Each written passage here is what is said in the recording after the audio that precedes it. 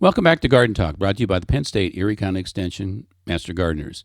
I'm your co-host, Mike Bailey, along with Ellen DePlacido. Good morning, Ellen. Good morning, Mike. Hey, what are we going to do? Somebody wanted to know about preparing your garden soil for spring planting. So we're going to try to do Okay. that, okay? And we're going to let All right. Ellen lead off with a few points, and then I'm going to chime in, okay?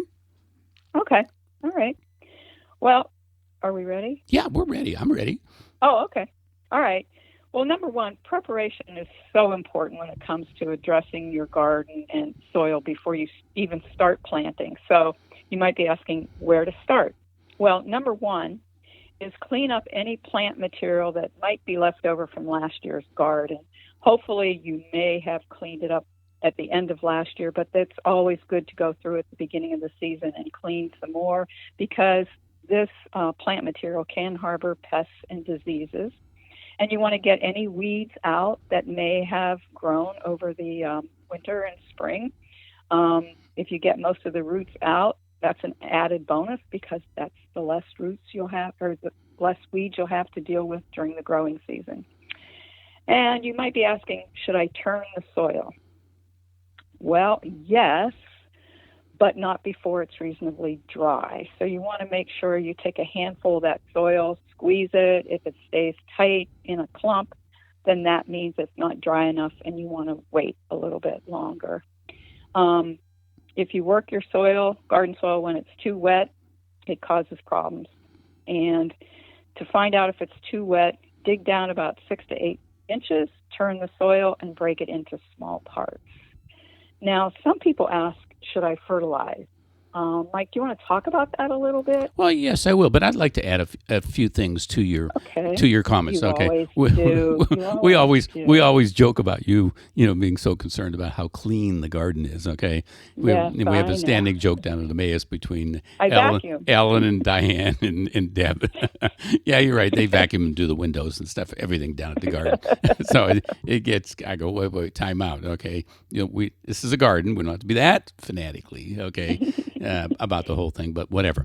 But yes, you don't want to turn that soil when it's too wet because if you do, it'll stay in clumps, and then you'll be kicking yourself for the rest of the year for doing that.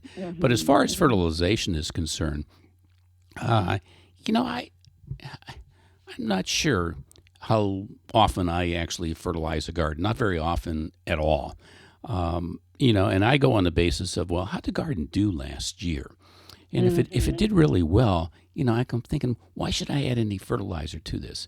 I mean, I certainly do add some compost. I like to get that organic material into the garden because Right. I think that soil needs a little bit of a payback for being so productive for me the previous year.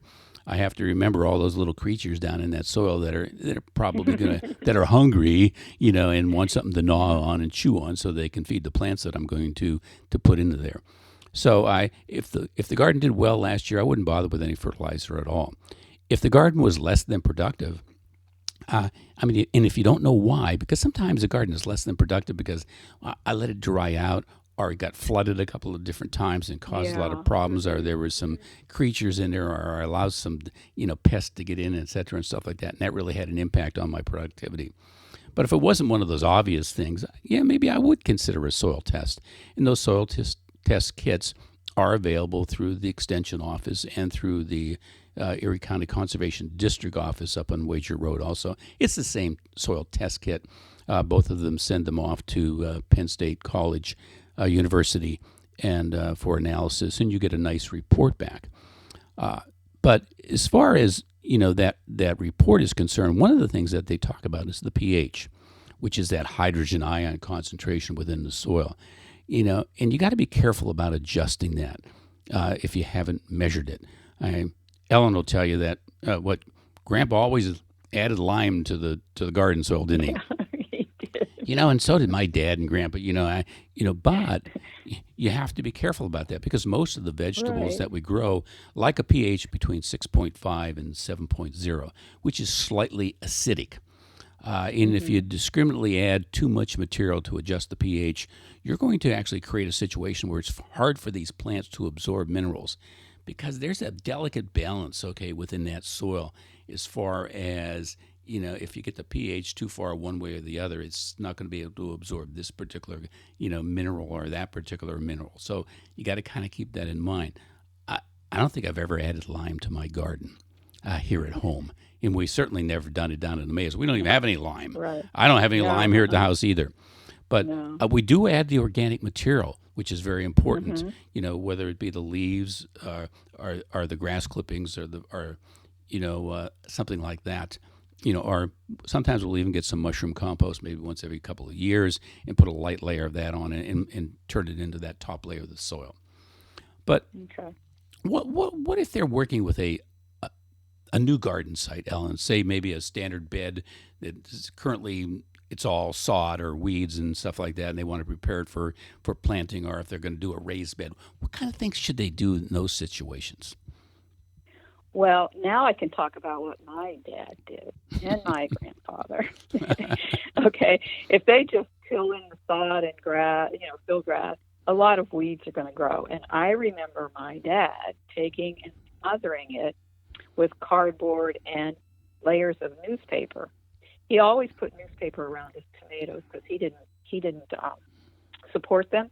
So if they fell over, there was always newspaper underneath. But he used a lot of cardboard and newspaper to keep the weeds from growing, and that'll work. And I know, Mike, you've done a lot of research on this glyphosate. Yeah, Glyphosate? the glyphosate, okay, which is the active ingredient in a lot of herbicides. And when people think of Roundup, okay, the active ingredient in Roundup is the glyphosate. And but that if it's used correctly, okay, that material actually breaks down in the soil, okay, within about 10 days under reasonable conditions. And that glyphosate is not absorbed by the roots of new plants. It's absorbed by plants when you put it on their leaves. So you can use it safely, and if you doubt me, you can go to the literature, go to the university sites, and look up some of that information. Now, the other thing with raised beds, some people get concerned, do I need to take off all of that grass or sod underneath the raised bed, or do I need to put down some kind of a weed garden protective covering? I never did. If you make the beds high enough, 8, 10, 12 inches, okay, those weeds are not going to come up through that soil. And Ellen, I think we've used up our time for today, and I hope that kind of gives you some hints about how to prepare that garden soil. And again, I'll give the last word to Ellen. Clean up, right? Clean up. Okay. Thank you for listening, everybody. Before you put your garden to bed, clean it up. Clean it up. There we go. Thank you now. Yeah.